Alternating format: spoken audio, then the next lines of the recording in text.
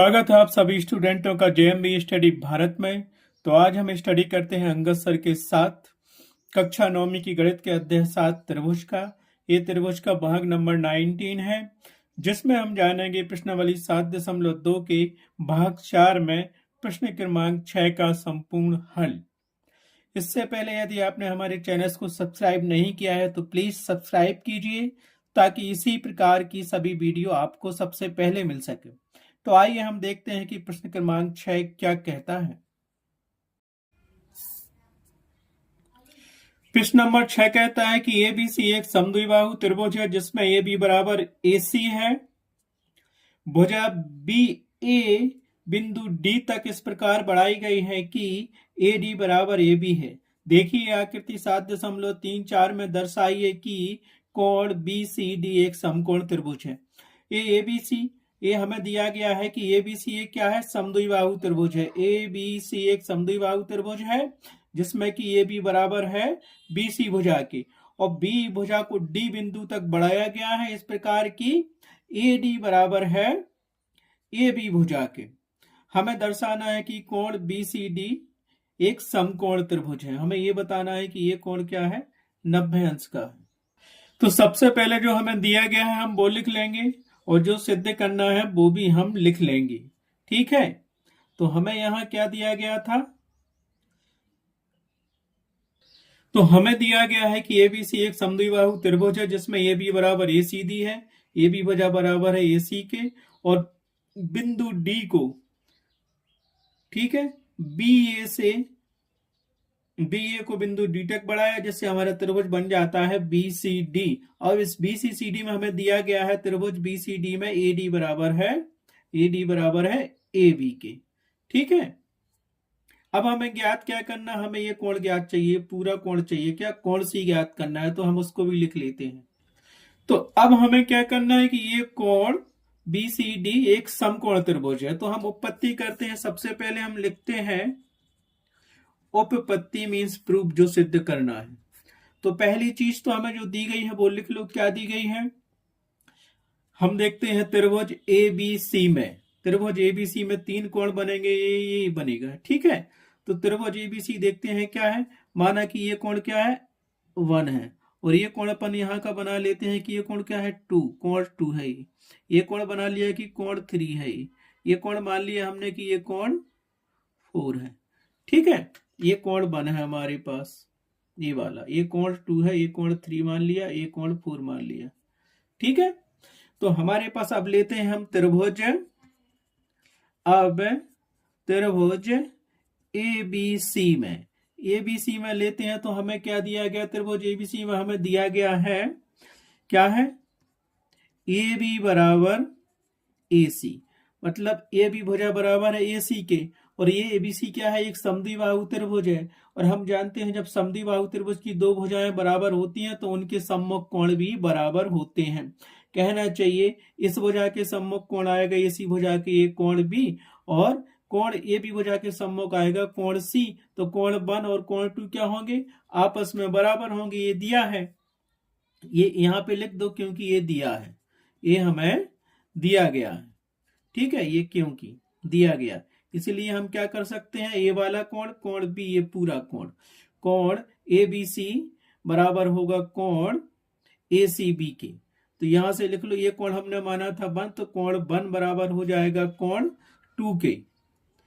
Reason दे दो, क्यों, क्योंकि हम जानते हैं बराबर भुजाओं के सम्मुख कोण बराबर होते हैं। इस भुजा के सम्मुख कोण C पड़ रहा है और इस भुजा के सम्मुख कोण B पड़ रहा है, तो इसको लिख लो। तो हमने क्या लिख लिया, बराबर भुजाओं के सम्मुख कोण बराबर होते हैं, और इसको हमने पूरा क्या दे दिया, ये समीकरण नंबर 3 दे दिया इसको।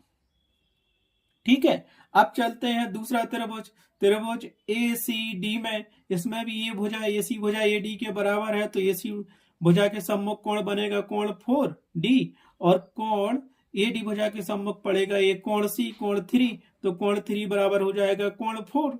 तो आगे देखते हैं नेक्स्ट पेज में। तो अब क्या किया, हमने लिया त्रिभुज ACD, और ACD में हमें क्या बराबर है, दिख रहा है त्रिभुज में AC बराबर है AD के, AD बराबर है AC के। क्यों, ये दिया है, डायग्राम में दिया है, तो हमने लिख लिया।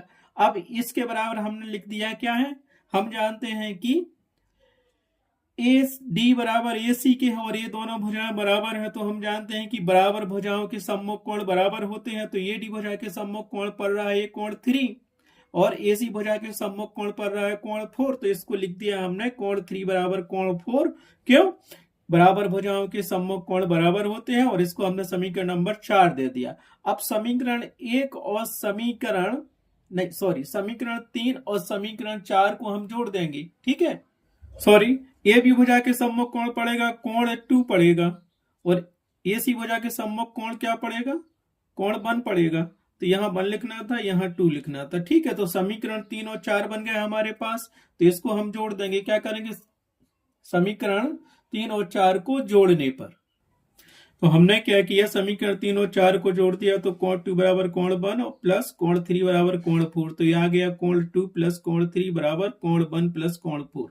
अब कोण 2 प्लस कोण 3 क्या डायग्राम में दिख रहा है, कोण 2 प्लस कोण 3 ये दिख रहा है पूरा कोण सी। तो इसको क्या लिखेंगे, कोण BCD लिख सकते हैं या कोण DCB।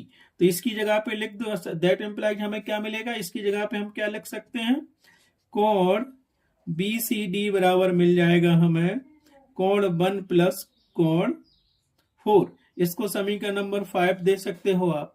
ये तो हो गया, लेकिन हमें उसको समकोण सिद्ध करना था। तो अब क्या करेंगे, अब हम त्रिभुज BCD में एंगल सम प्रॉपर्टी लगाएंगे, अर्थात त्रिभुज के तीनों कोणों की माप 180 अंश के बराबर होती है। त्रिभुज क्या बनेगा हमारा, त्रिभुज BCD में त्रिभुज के तीनों कोणों की माप हम जानते हैं कि 180 अंश के बराबर होती है। ये वाला कोण, ये वाला कोण और ये वाला कोण, तो हम वो अप्लाई कर देंगे यहाँ पे। ठीक है, अब हम क्या जानते हैं, हम जानते हैं कि त्रिभुज BCD में त्रिभुज के तीनों कोणों की माप 180 अंश के बराबर होती है, 180 अंश होती है।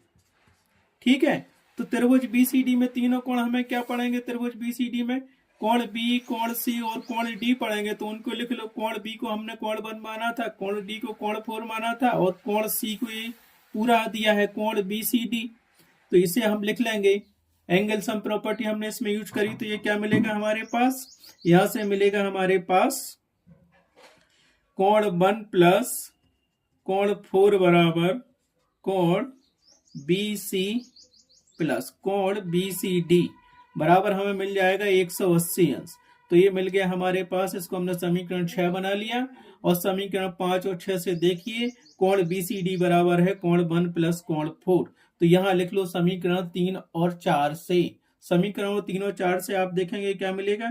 इसीलिए समीकरण 3 4 से नहीं, समीकरण 5 और 6 से, समीकरण 5 बा समीकरण 6 से, समीकरण 6 से क्या मिलेगा, यहां से कोण 1 प्लस कोण 4 बराबर हम रख देंगे कोण BCD, क्योंकि ये इसके बराबर दिया है। तो यहां से हमें क्या मिल जाएगा, ये मिलेगा कोण BCD।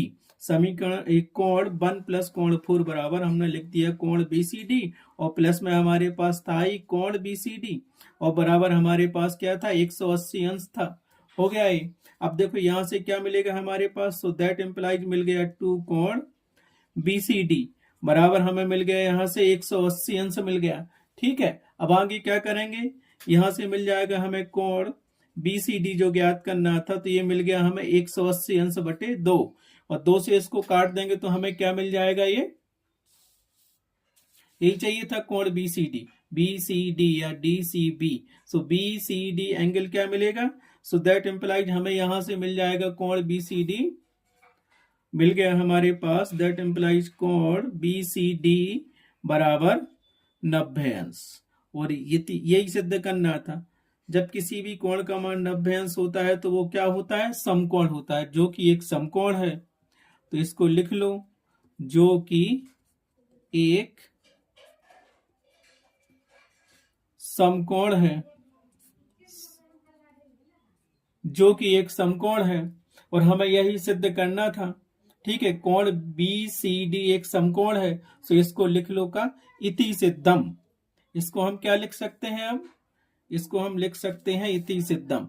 हमें क्या यही सिद्ध करना था, तो इसको लिख लो, यही सिद्ध करना था कि कोण BCD बराबर 90 अंश एक समकोण है, एक समकोण है। और लास्ट में इसको लिख दो यहां से इति सिद्धम, इति सिद्धम। ठीक है, इस प्रकार प्रश्नावली 7.2 का ये क्वेश्चन नंबर 6 कंप्लीट हुआ। इस वीडियो में बस इतना ही। नेक्स्ट क्वेश्चन के लिए देखेंगे next video. Thanks for watching my video.